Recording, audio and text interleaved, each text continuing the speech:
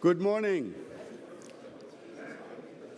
Good morning, and may I invite everybody to take their seats. This is day 2 of the 2018 Munich Security Conference. Good morning, everybody.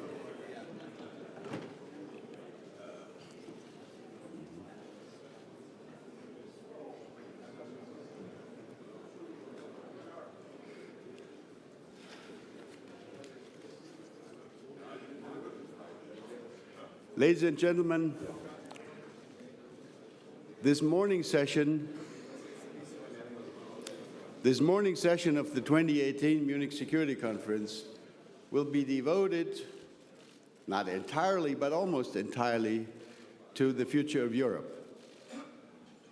We are going to have, in a very tight schedule, which is why I have to be a kind of an enforcer this morning, to make sure that we can work our way through this very, very tightly scheduled program. We will have, in the following sequence, European speakers. We will start with Germany, represented by Foreign Minister Sigmar Gabriel.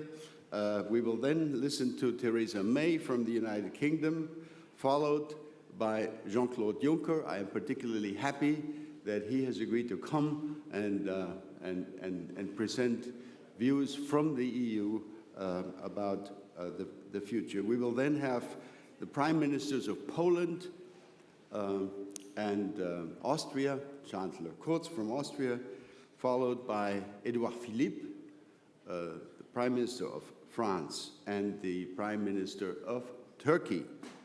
Now, with the Prime Minister of Turkey, we move outside the framework of the members of the European Union, and then the morning will be concluded by a discussion first with Sergei Lavrov from Russia, and then finally with General McMaster from the United States. So bear with me. This is a lot of program and a very tightly scheduled one. And this is why, without making any further nice statements, I want to just simply offer a very warm welcome to Vice Chancellor and Foreign Minister Sigmar Gabriel and invite him to take the floor. But I want to offer a serious disagreement with what you wrote a day or two ago when you said this Munich Security Conference is still sort of following a military logic. I insist that you represent, as the opening speaker, the exact opposite. We are following here a strategic and political logic, and it's my pleasure, sir, to invite you to address this audience. Please.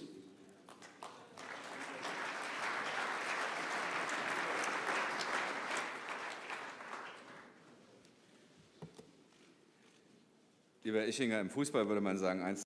Well, in football, we would probably say 1-0.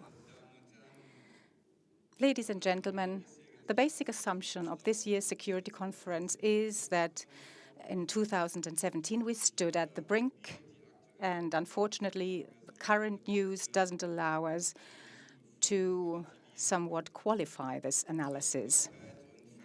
Predictability and reliability seem to be the scarcest goods in international policy at present. The Olympic peace, as welcome as it is, cannot slow down the immensely dangerous escalation around the North Korean nuclear arms race. In the Middle East, after 6 bloody years as a civilian and proxy war, the conflict in Syria is moving in a direction that is an acute risk of war even for our closest partners.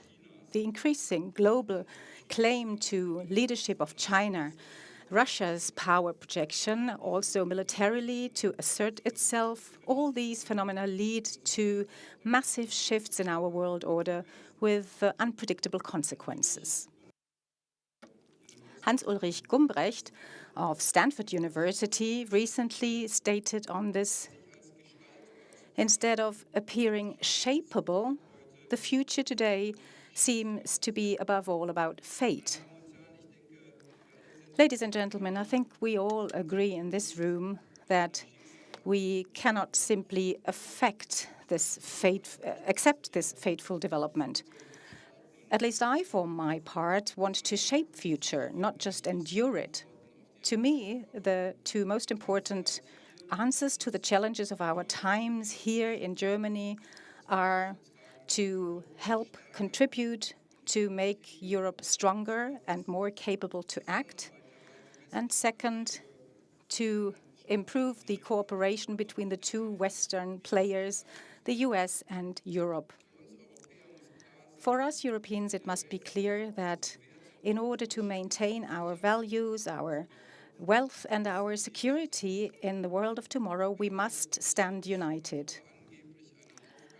If someone say that Europe is only a task of national sovereignty, does not understand that even a strong Germany would not have certain national securities, because Europe means that we regain sovereignty. It is not about loss of sovereignty.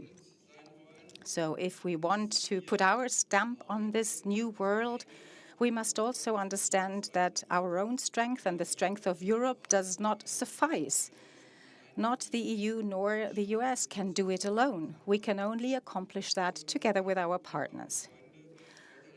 For our American friends and partners, it should also be clear that close cooperation with Europe is and remains not only in a European, but also in the US's interests.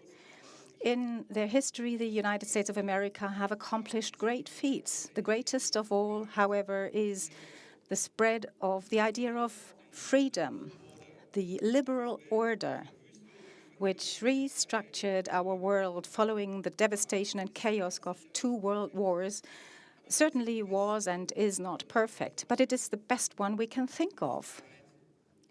Today, it is again about freedom, not just the freedom from suppression or misery, but also the freedom to lead a self-determined life. Only if we secure at international level the strength of law will we be able to prevent that the law of the strongest prevails. To guarantee the architecture of a free world was never an altruistic gift of the United States to the world, but it was always in the interest of the US themselves. This is all the more true today when the US are no longer by far the strongest power in the world, but where the liberal order begins to crumble, others will start staking their claims.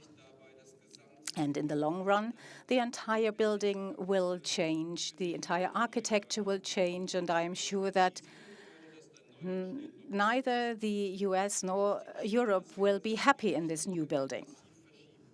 Powers will shift dramatically with the rise of China.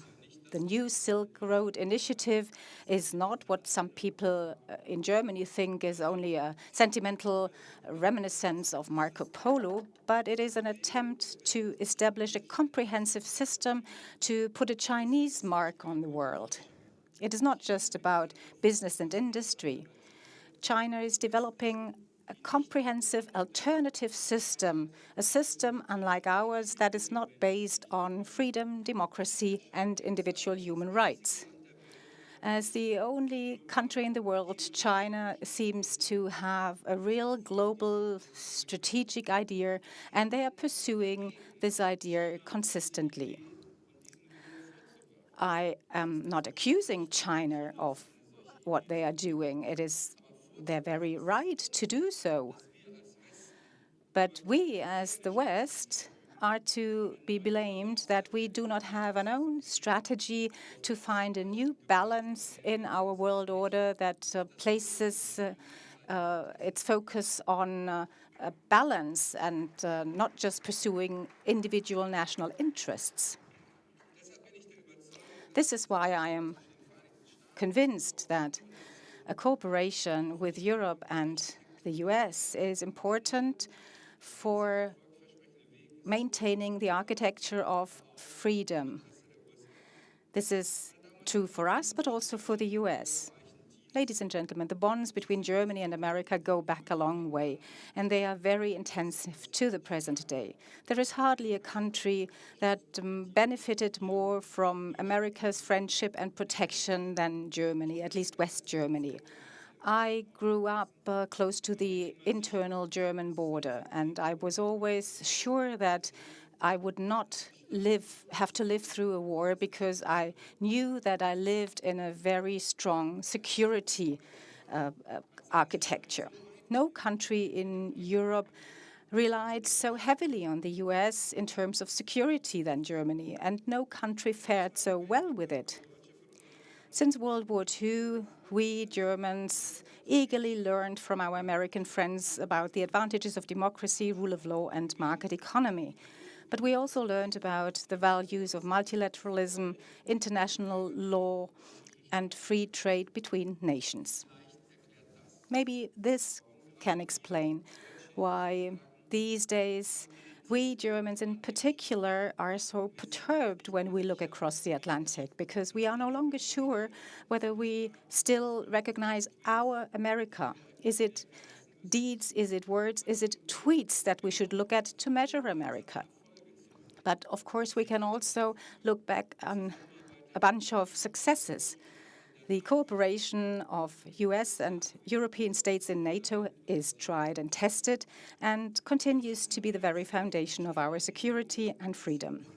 Our joint response to Russia's aggression vis-à-vis Ukraine, for example, is just one of many examples for our strength stemming from unity. And there are many other examples. Together, we denied Iran its path to a nuclear bomb, to become nuclear, together with Russia. And we made tremendous success with the Korean nuclear program. We together negotiated the JCPOA in Iran. And this is why we would advise our American partners not to abort the deal, but try to develop new strategies together with us in order to counter the destabilizing influence of the Iranian politics in the region and to push them back. This also means that we need to advocate for permanent and lasting political solutions in Syria and Yemen, because this is the only way to help their populations, and this is the only way to counter the hegemonial attempts of Iran. We agree that the North Korean nuclear program needs to be terminated, and we are, of course, against any violations of the INF Treaty, a treaty that forbids medium-range and cruise missiles in Europe to the present day. We need these arms control treaties, which the United States and then the then Soviet Union and later the Russian Federation negotiated in the 1980s and the 1990s. We do not want to go back into the era of armaments logic, because Central Europe would again be the theater for such conflicts. We are seeking a close coordination with our American allies, because our success will also depend on the way we deal with each other. Powers like China or Russia constantly try to test and to undermine the EU's unity. Individual states or groups are tested with sticks and carrots, whether they want to stay within the EU or whether they can be singled out. But it is one thing if possible rivals or competitors or adversaries try to do that. From our friends and partners, however, we expect that they respect the unity of the EU, or even better, support it. No one should try to divide the EU, not Russia, not China, but also not the United States. The EU is a rather confident partner who cooperates with the US in a trustful manner and at eye level, and not as a group of followers. Ladies and gentlemen, of course, the European Union is not an easy partner. I fully understand that. The EU has never learned to act in a geopolitical way. We owe it or left it to France or the UK or, if need be, the US to sort things out. And if things went wrong, we always had someone that we could blame for that. So that was quite comfortable for us. The EU was never designed as a world power, but a project of internal reconciliation. It was to finally bring peace to Europe after centuries of war, and to have accomplished this is a huge achievement. There is no other area in the world where humanity managed to turn former enemies into first partners and then friends.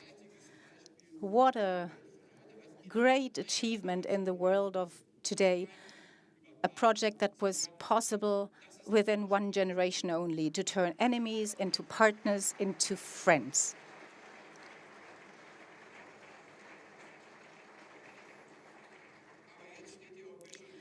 But now the EU is facing a task of a similar dimension, because in the 21st century, peace in Europe can only be won if we commit jointly to peace, security, and stability outside of Europe. 3 tasks. The EU must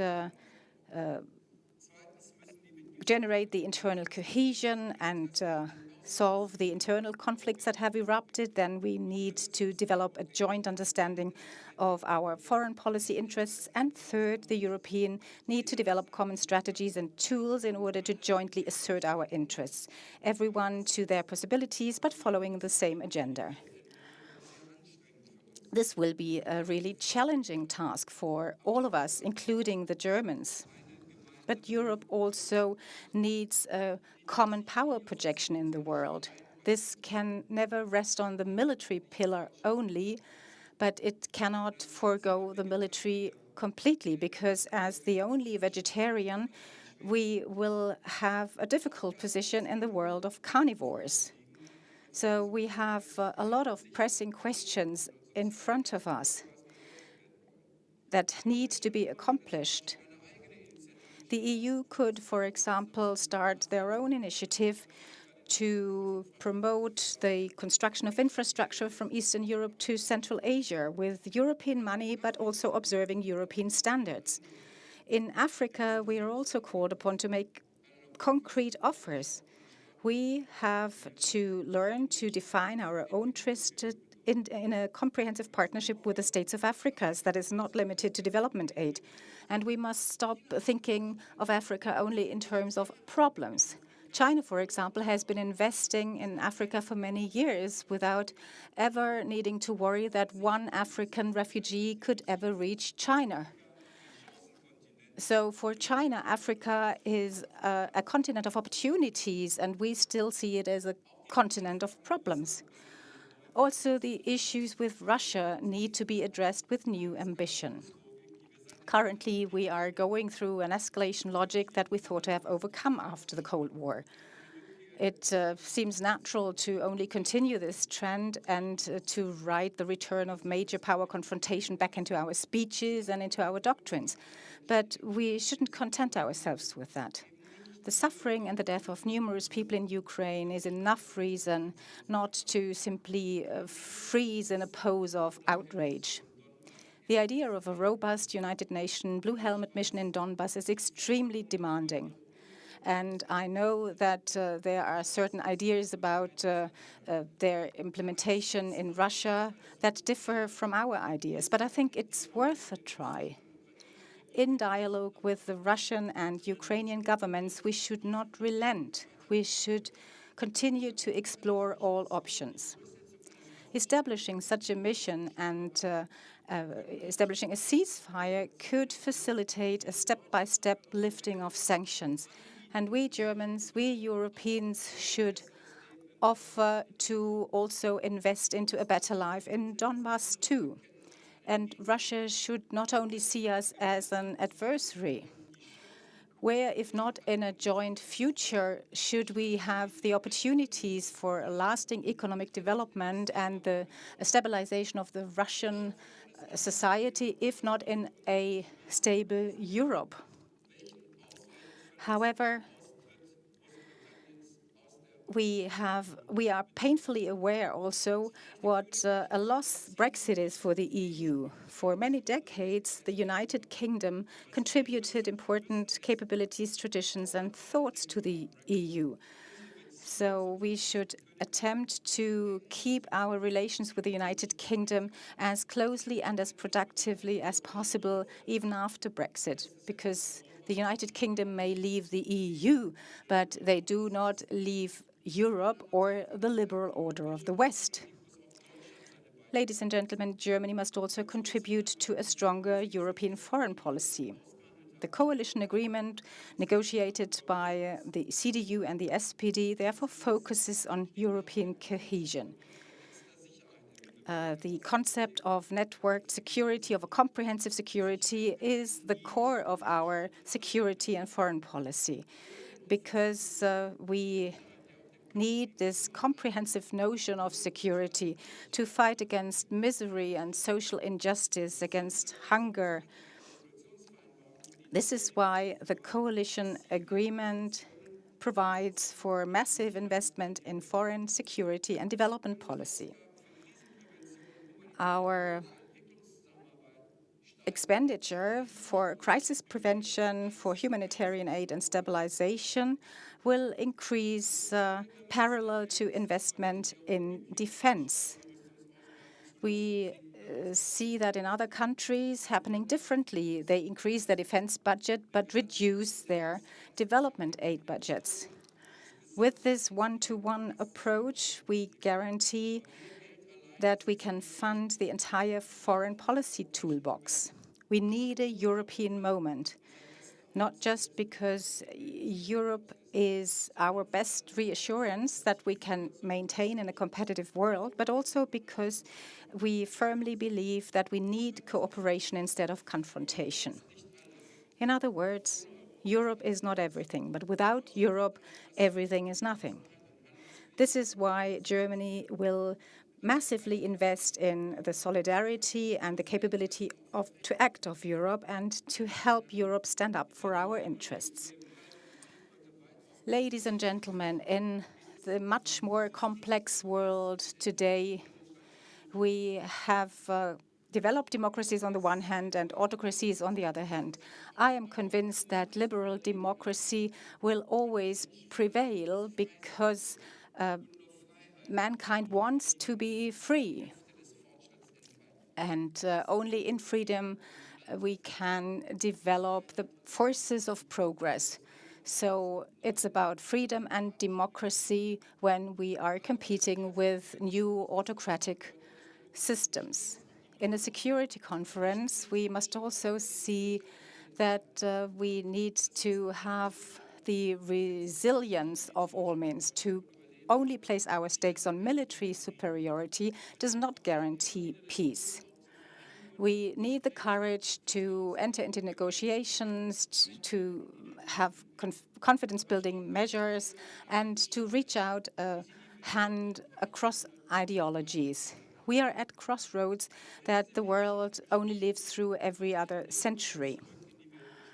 Let me take you back many years. In the 1530s, the Europeans set out to explore the world. The ships of the Portuguese Prince Henry the Navigator sailed along the west coast of Africa to find the sea route to India. And what they did found, Mr. McMaster, was the US. They were driven by curiosity, but also by greed. Almost at the same time, when the Europe set out into the world in 1433, the Chinese emperor decided to mothball his legendary treasure fleet, which so far had been exploring the Indo-Pacific area, because the Middle Kingdom was too busy with their own problems in order to continue to care for the rest of the world. This predetermined the next centuries. Europe set out to conquer the world, from which China bowed out gently. Ladies and gentlemen, what will historians say about our times in 600 years? Will they establish this as the beginning of an Asian era and the self-abandonment of the then so-called West, using Europe as an example? Or will they see a decision of a continent who had the courage not to withdraw from the world, but to engage and face up to a more risky world? It is up to us whether we consider the future as our fate while wearing ourselves out with minor disputes. Benjamin Franklin just put it very fittingly, and I'd like to say it in English: we must indeed all hang together, or most assuredly, we shall all hang separately. Thank you very much for your attention. Können wir ein, zwei Fragen noch nehmen?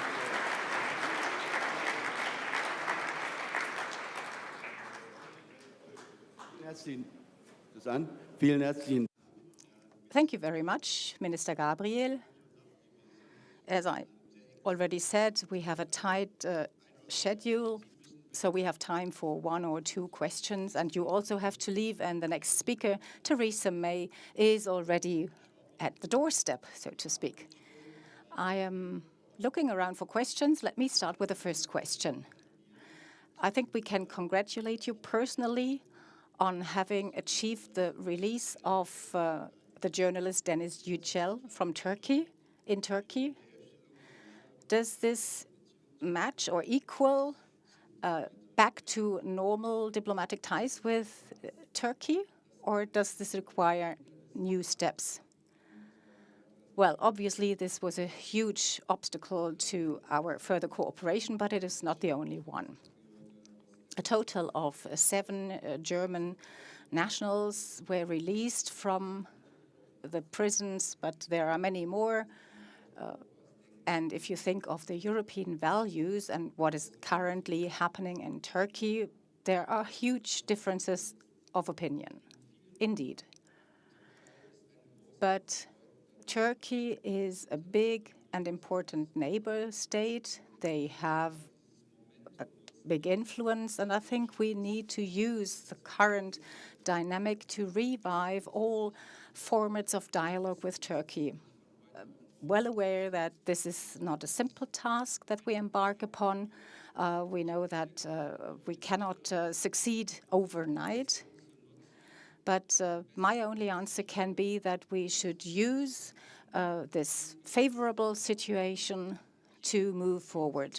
We should use all formats available to us, use all opportunities, including difficult topics such as rebuilding an independent system of justice, freedom of opinion, freedom of the media. We do not always concur with Turkey, but I do not know how we could make any progress without talks. One question by the Estonian president. So movingly about the future of the European Union, and I am very happy to hear that. And I thought, since we are at the security conference, I would touch upon the subject of nascent European defense cooperation, the PESCO, which was established during the Estonian EU Council presidency. What do you think right now in Europe? Its eastern flank is held also by a few relatively small economies, spending already 2% or above of their GDP on defense. And European Union, by definition, is a redistributional union. Putting this, European Union is, well, normally spreading its funds around to spend where it is most effective. It's a redistributional character. Do you think if these two things put together will one day give us the defense union, where in European Union, bigger countries will also spend where they can spend effectively, not necessarily on their own army? This would actually make European Union really to complement NATO, in addition to military mobility, where EU can really help NATO to protect Europe. Do you think this might be the future of PESCO, a full-fledged European Defence Union with redistributional character? Thank you.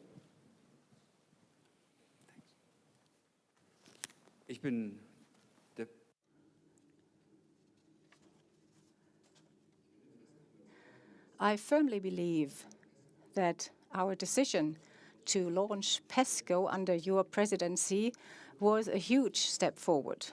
And we should also not forget that there are two strands to that. We have the military part and also the civilian part. I wouldn't want to underestimate the importance of building up the civilian branch as well. I just returned from Kosovo. If we want to establish stability in Europe, we must also be able to fight organized crime, to establish and enforce rule of law. You need police forces, a justice system, prosecutors general. All this is also part and parcel of a common policy, a common security policy. I think we need to do two things. First of all, we have to become much more efficient. Our U.S. partners, I think we spend half of them for defense, but only with a 15% efficiency because everyone pursues national strands, national procurement projects. So it makes sense to cooperate more closely. Secondly, we agreed to stop the cuts in defense funding, but to gradually increase them. You know from me, I'm sure, that I consider this target figure of 2% to be difficult. Let's imagine that for 10 years, Germany would spend 2% of its GDP in defense. Here in Germany, for 10 years, we would spend more than 70 million euros every year over 10 years. I'm not quite sure whether after 10 years all European partners would still consider that a good idea. I have already been approached by French and other politicians and been asked whether we have seen an economic leadership of Europe and somewhat political leadership of Germany in Europe, whether we were striving for a military leadership in Europe again. And there are voices who say, yes, we are all for inclusion and integration into the NATO process, but I think France is spending 40 million for defense per year, and they are a nuclear power. So I have great reservations when I try to imagine that Germany should spend twice as much or should approach spending twice as much as France does. So yes, we have agreed to increase our defense spending. Part of that need to be invested into European structures, the European Defense Fund. This is what we will do. And I also believe that the European defense capabilities will be complementary to NATO, but it will not replace NATO. NATO remains an indispensable pillar of our security.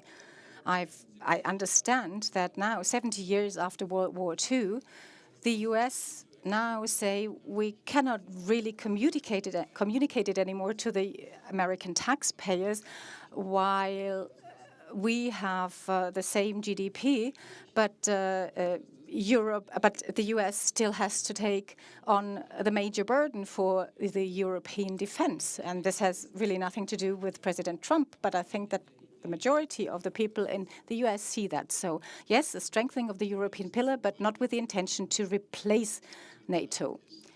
Minister, ladies and gentlemen, unfortunately, we are already behind schedule. Applause and stay seated.